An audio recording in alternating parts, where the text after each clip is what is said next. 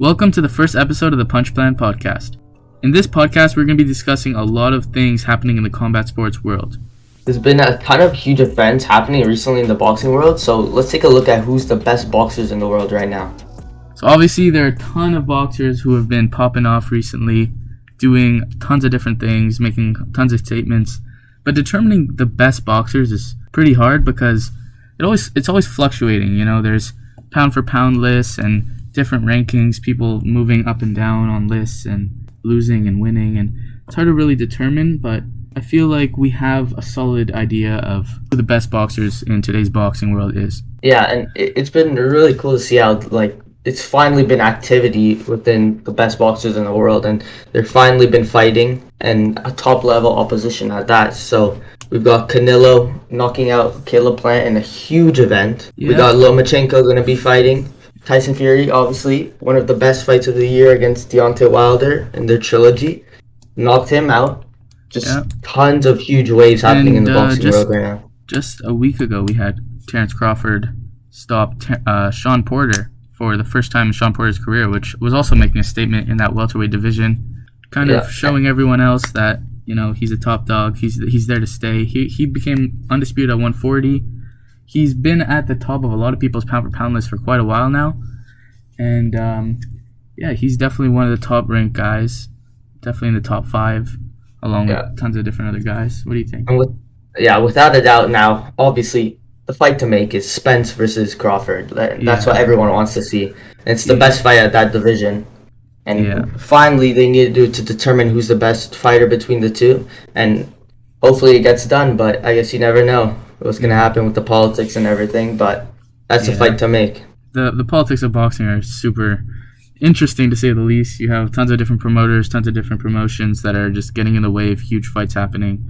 I mean, a lot of the best fight, but a lot of the best, sometimes they don't fight each other. Like the Crawfords and Spences of the world, you know, the Anthony Joshuas and Tyson Fury, those kind of fights. Sometimes they just don't get made, the mega fights, but, you know, it is what it is. It's hard, that's also another reason why it's kind of hard to determine who's high on the pound-for-pound list or who's going to beat who, because the top guys generally, don't fight each other all the time.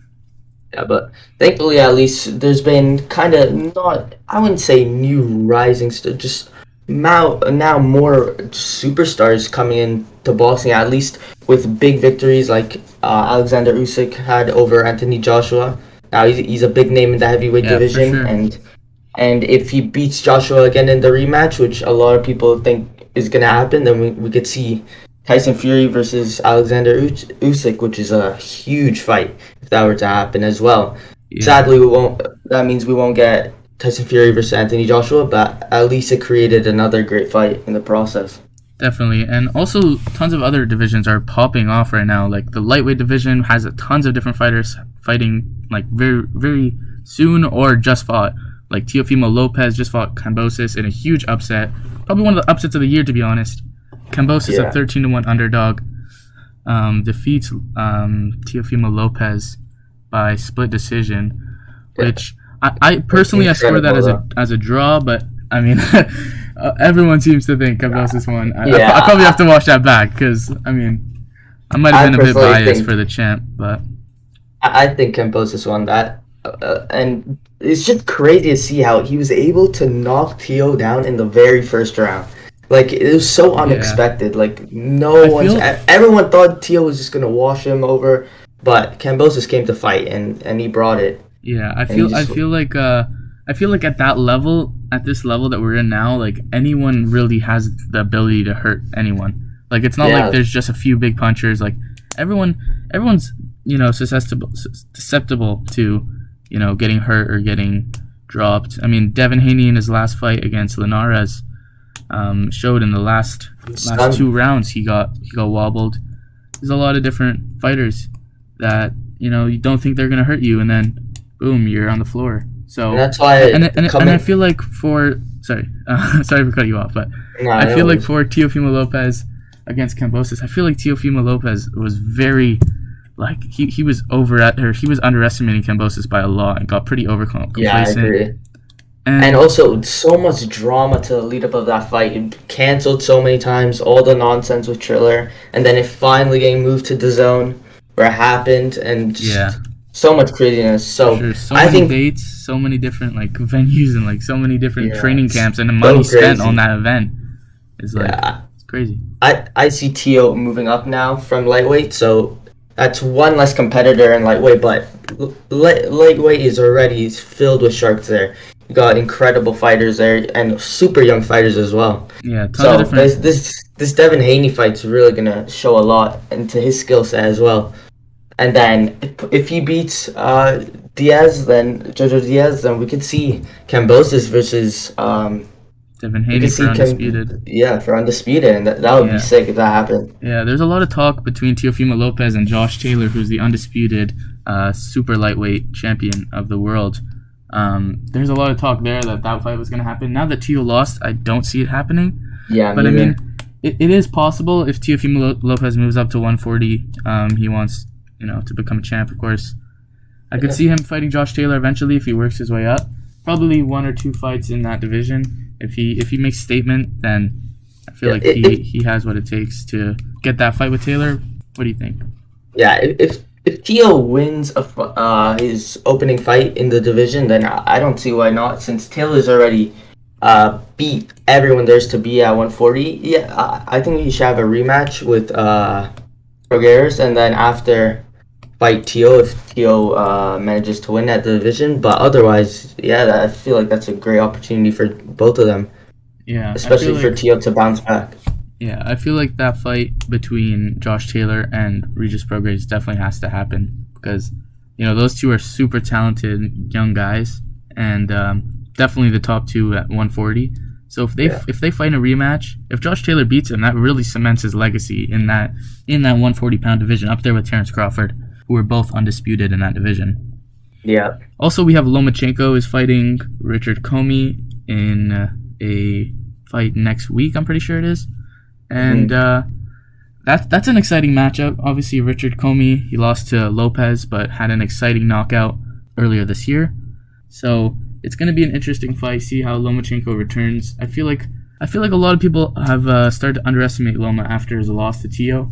Yeah, I But agree. he's still His skill set is still like he's still the one of the Matrix, top, man. man. Yeah, Yeah, he's so good, and I feel like he's got to win this fight though to like really push the naysayers back and just prove a statement saying I'm still here and I'm gonna go for the championships and try to win them back. yeah. But yeah, this is gonna be a super defining fight for him coming up. Lomachenko was an extremely talented fighter in both the Olympics and the amateurs. He was a 2-time Olympic gold medalist, which is crazy for a boxer in this generation.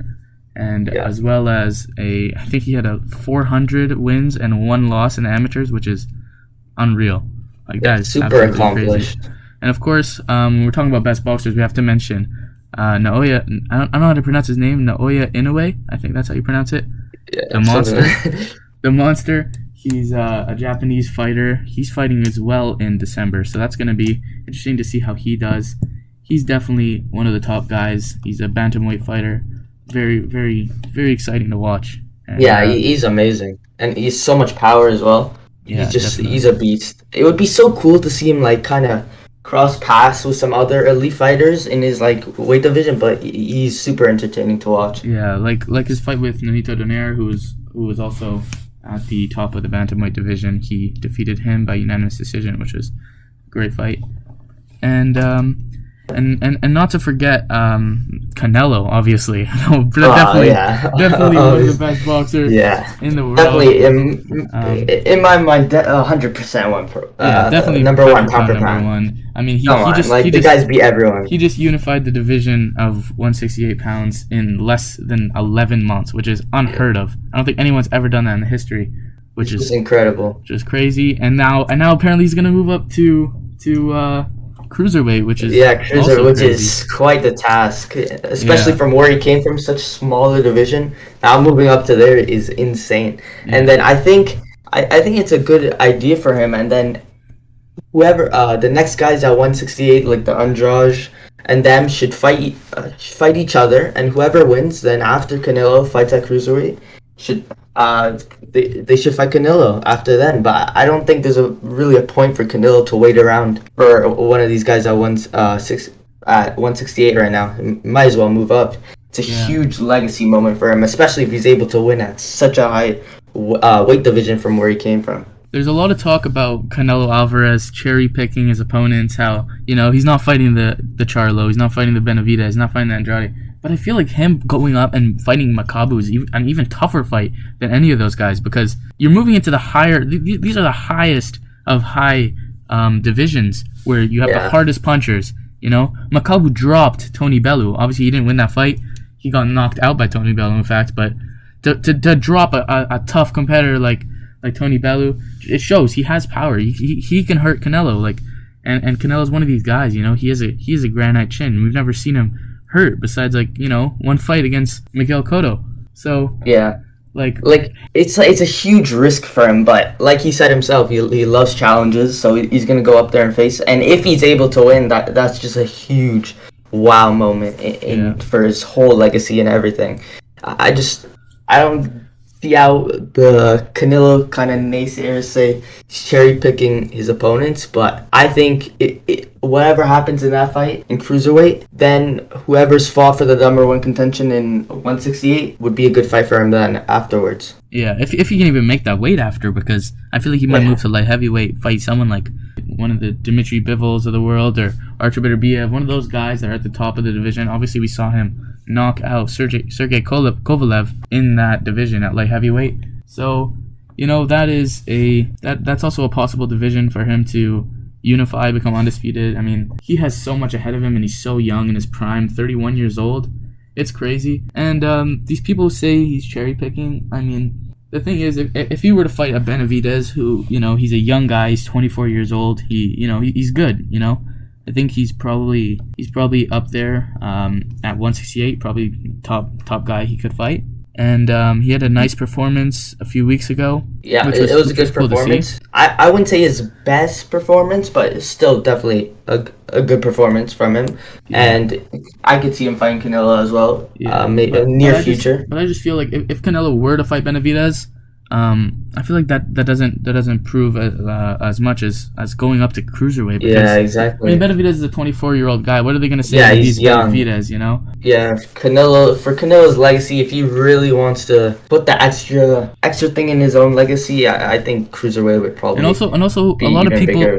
Also, a lot of people, they say the Charlos and the Andrades and these guys at 160 who Canelo's far past 160 at this point, and to be honest, these guys should be fighting each other. They shouldn't.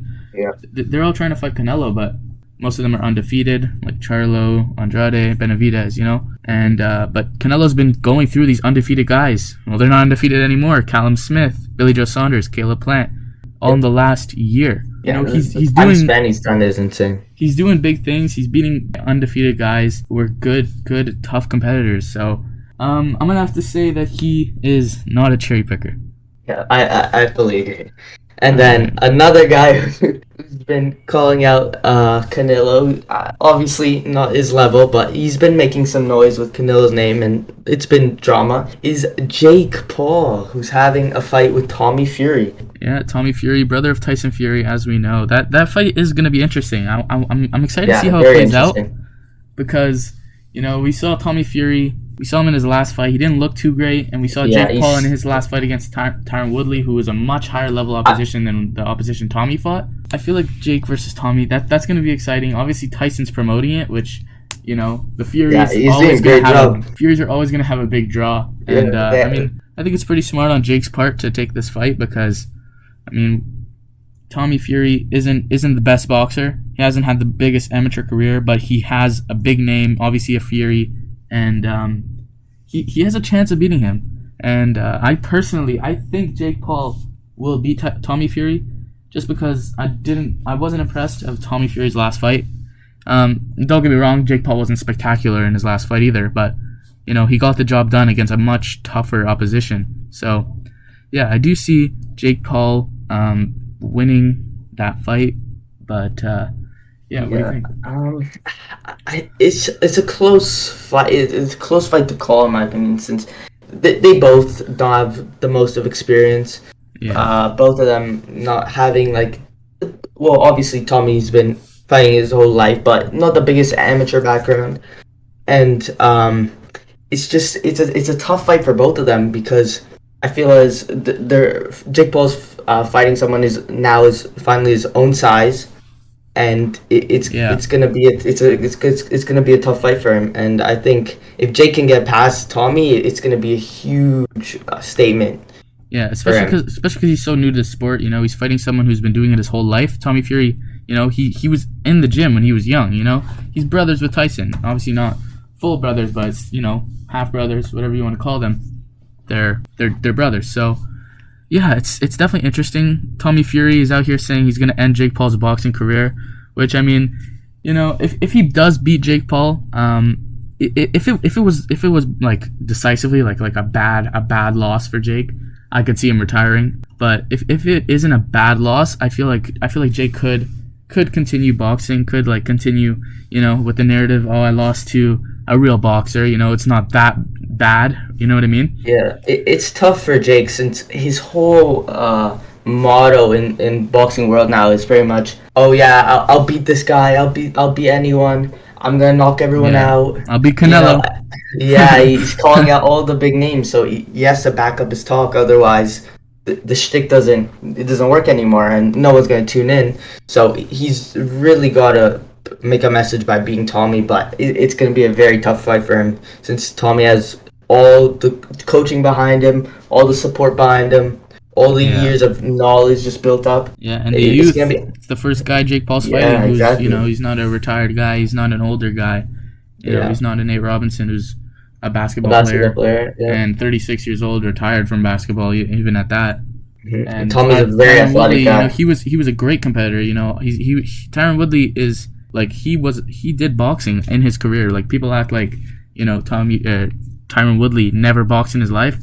Absolute nonsense, because he had a boxing coach's MMA career. He did boxing. He did spar boxing. Obviously, it wasn't strictly boxing. It's not like, okay, we're gonna put you in these boxing rules, but you know, there's still, boxing is a part of mixed martial arts. You know, it is one of the arts. So definitely, and if Tommy wins, I don't see him. I don't see it being a KO. Also, probably with Jake as well. I see this one going to decision. Yeah, I do think that's possible. I feel either of them probably could hurt each other, but I just don't think. I don't see it being a KO ending. I don't think either of them are really gonna get hurt, like knocked out, or, you know, maybe knocked down. I don't know. I just don't think. I don't think that Tommy Fury has, you know, the accuracy and, like, you know, the coordination to really land a flush shot on Jake Paul. You know, I'm not saying Jake Paul's on his last fight. Not saying Jake Paul is. Sorry. No, I'm saying that's what we saw in Tommy's last fight. He didn't have the accuracy really to knock his opponent down. And then, to be fair, Jake Paul got rocked very badly. I definitely think that was a knockdown. Definitely. I'm not saying Jake Paul held him out. I'm not saying Jake Paul is like some great boxer, but, you know, that you're gonna have to be game to try to hit this guy. You know, he's not just gonna sit there around. You know, he's a guy who's moving around the ring. You know, he's doing circles around the ring. We saw that against Woodley. Woodley was hunting him down, you know, trying to cut off the ring. Well, and Jake was moving. You know, he doesn't necessarily have the best footwork. Obviously, his footwork is a bit his footwork is a bit wonky, but, like, that's okay. You know, the level he's at, he's 4 fights in, and no amateur. He's very early in his career. I think people. He puts on himself by talking all the shit he does, but to be fair, it could be a bit easier on the guy since, you know, he's only been doing this for a few years now compared to all these other boxers who's been doing it a while. But obviously, Jake doesn't help his own case by just talking crap to everyone, no matter what level they are. To anybody, Gervonta Davis, Canelo Alvarez, Teofimo Lopez now, like Claressa Shields, like he'll go after anybody and anyone. So. Yeah. Tommy Fury was actually saying that he looked bad in his last fight on purpose. You know, he was saying... Yeah, Tyson was saying in the press conference. Tyson Fury was saying it. John fell for the oldest trick in the book. All of the Furies, you know, they're saying, sometimes you gotta do a few things to get what you want, and they're implying that, you know, Tommy Fury wasn't his 100% 100% in that fight. So, I mean, I disagree. I don't see why in a fight Tommy would be acting like he's worse than he is when it's a fight. Yeah, You gotta make sure you're at your best to win it. Exactly. So I don't believe that, but yeah, and it looked like to me that Tommy Fury was trying to get him out of there. He was trying to put on a statement, but he just wasn't able to. The guy was much smaller than him, so he should be able to get him out of there. Like that guy weighed, I think, like he fought at 160 pounds in Bellator, and Tommy Fury wasn't able to hurt him or put him down. He was saying the whole time he was gonna knock him spark out. Yeah, and that's exactly what he's saying. But that's not what happened. You never know. Maybe the Furies pulled the oldest trick in the book and just fooled Jake. But I doubt it. I don't see how. Also, we got to take into account like the guy that Tommy Fury was fighting. He wasn't a traditional fighter. He's not like a regular boxer who Tommy Fury is just gonna find one of these guys in the gym. Like he's a completely different style. So it's gonna be harder to fight those kind of guys than a Jake Paul who has more of a textbook boxing. You'd find a better version of Jake Paul in the gym. You know what I mean? So it's easier to train for someone like that. And also the guy was trying to survive. He was fighting to survive. He wasn't there, sitting in the pocket, trading with Tommy, going toe to toe. No, he was fighting to survive. I'm not saying he was, running the whole time, but he wasn't there to win. And something I found interesting about that fight was Tommy's defense. He was getting caught with a lot of overhand rights, which is one of Jake Paul's favorite moves. Yeah, that's his bread and butter. To pull off. Yeah, so I feel like there's adjustments that obviously both guys need to make, and it's going to be a good fight. If they both get it down correctly, it could be very competitive. You could even call this a 50-50 fight, honestly, because both guys, I would say similar experience, I think. Considering, even though obviously Tommy's been, around the gyms he's been doing it much longer. But the records of the guys fighting, they're not impressive in any way. Not great. Some of them are like 10-100, 0-30. These guys aren't the highest level, but Tommy Fury, I mean that's what you do when you come out in boxing. Obviously, most guys don't go for don't go for that low of competition. But what can you do? It's a bit on the lower end. But Jake Paul hasn't been fighting. Jake Paul hasn't been fighting. The highest level himself. So it's gonna be a good fight. We don't really know how this is gonna turn out until we see it. We watch them go at it. And John Fury has actually been saying that Jake Paul didn't want to include the VADA testing in his fight contract, which it's interesting. It's a bit suspect at first glance.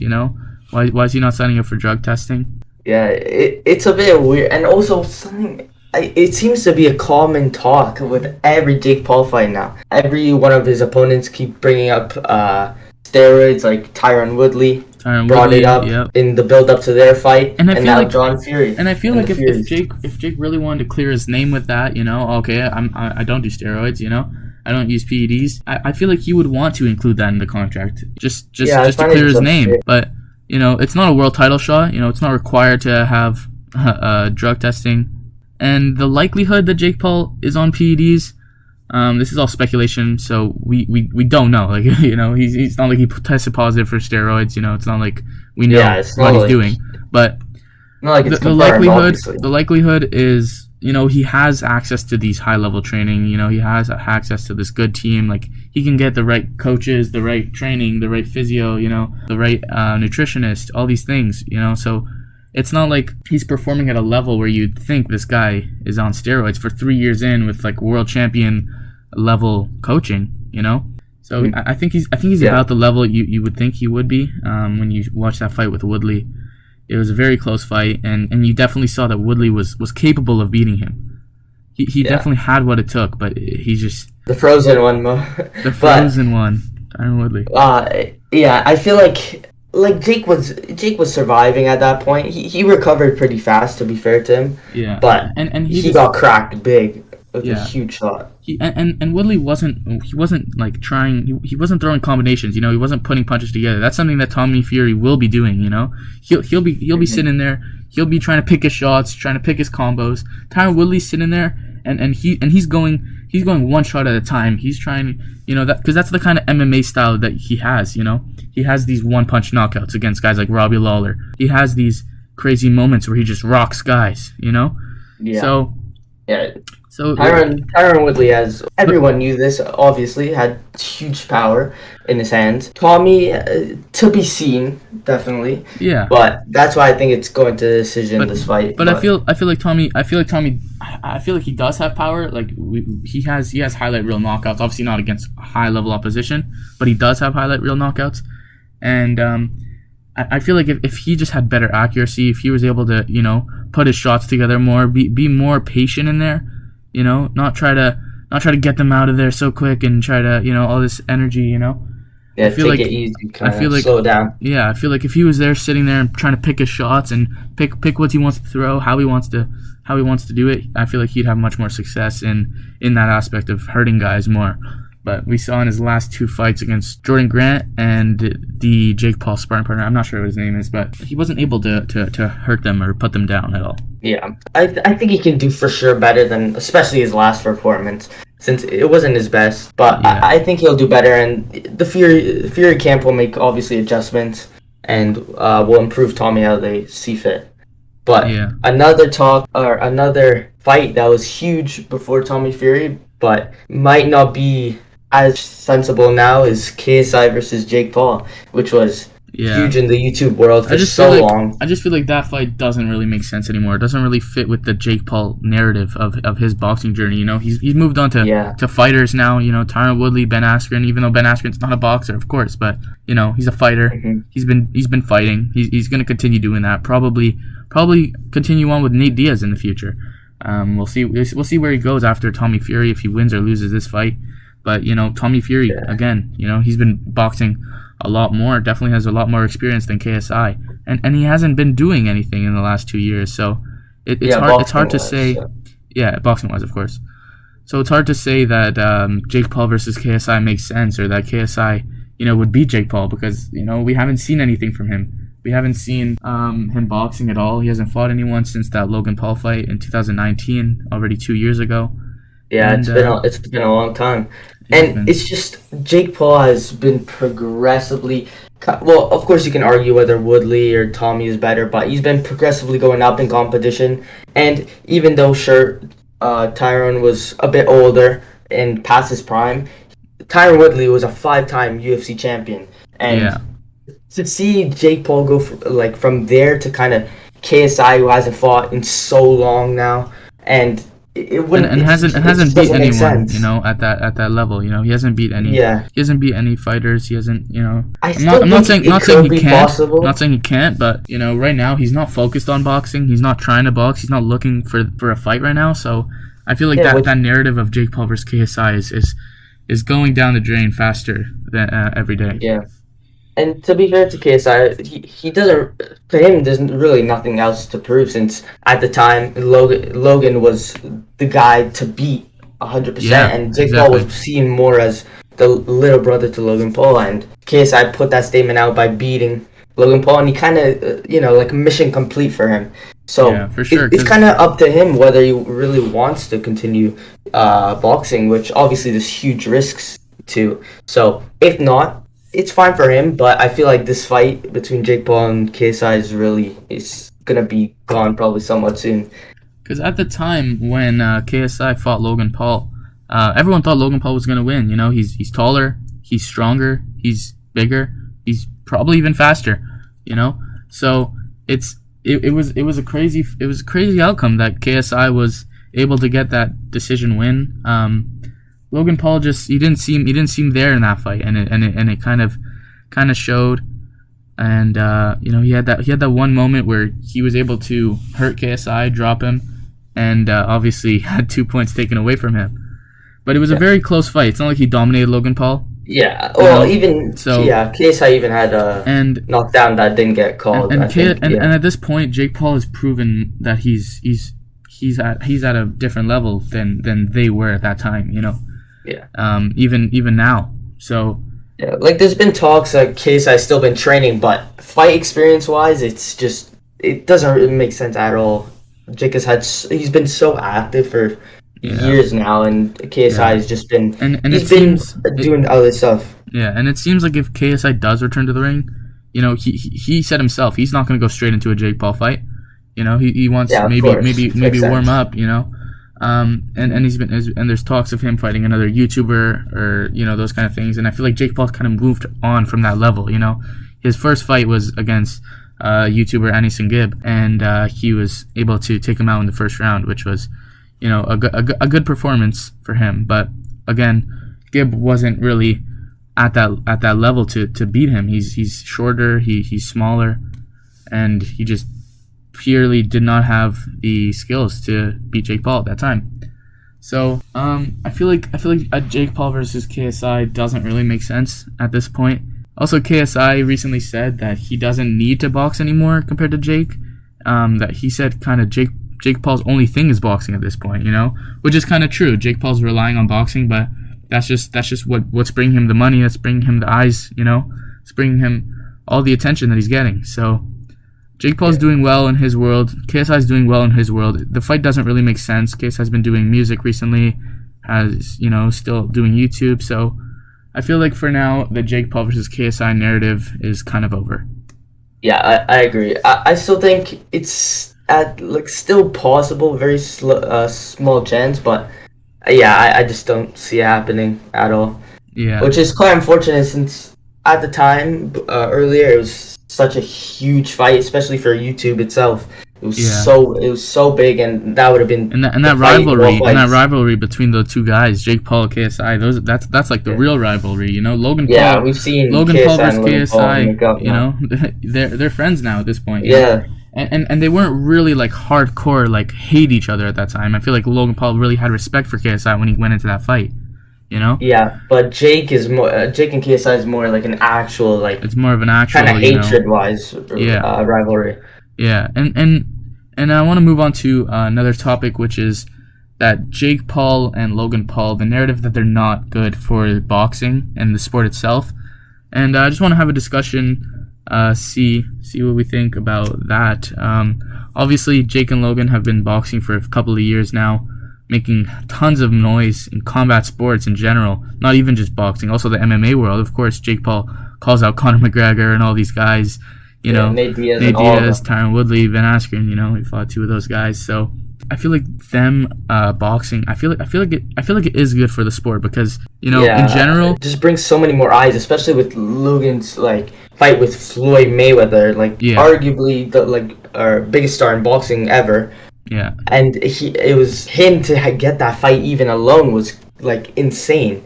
Yeah, on paper it looked like not even real. It made no sense, but to see him get that fight, and to even though it was just an exhibition, at least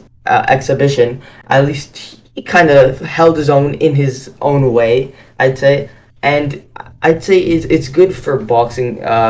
Jake and Logan are good for boxing because they're just helping to bring more eyes to this sport, which those new eyes could become more hardcore into boxing and get into the more in-depth fighters and the guys that are more popular within the sport itself. Yeah, for sure. And I feel like and they're not taking it as a joke, They're going in real training camps with, real sparring partners, real teams, They're not taking it as a joke.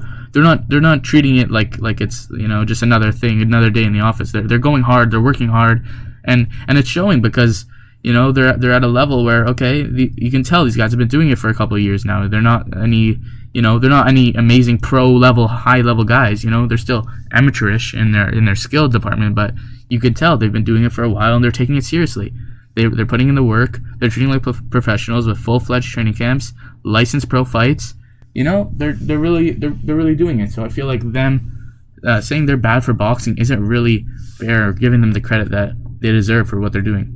Yeah, I see where some of the more boxing fans will say it's because maybe some of the things they say, which to a point it's true, because if you're just looking from the outside eye without knowing anything about the YouTube world and how that drama kind of works, you can be like, oh, these guys are just coming in and just saying a load of crap to all these super skilled fighters that dedicate their entire lives to the sport, and they're just coming over here and getting all this noise in about. But if you really look at it and just see they're beneficial by them just kind of helping to bring more people attracted to the sport itself. Yeah, and like you said, they're not taking it as a joke. They actually have training camps against high level opponents for their skill skills. set. Yeah. Yeah, like to be fair, like to Jake, like fighting Tyron Woodley, who's 5-time UFC champion, even though sure not a boxer, but still super high combat sport athlete, to fight him so early in his career is quite incredible, actually, and just putting on for, like a event of that scale. And for Logan Paul to get in there with Floyd Mayweather, I mean, probably the greatest to ever do it, right? And we're talking about him versus Logan Paul. Obviously, a huge size difference with their height being 5 inches, 6 inches apart, and their weight being like 40 pounds, 50 pounds apart. So that was a huge size difference, but. I feel like it's good for the sport. Maybe not those kind of fights, those exhibitions where we're having a legend in there with them, because they didn't necessarily earn the spot. But at the same time, like if the money's there, it makes sense. So I feel like them they're taking it seriously, and they're not also, bad for boxing. Yeah, to them, they're also taking the opportunities they get. Like, it's not like anyone else in their position would turn down a fight with Floyd Mayweather, to make all that money and stuff.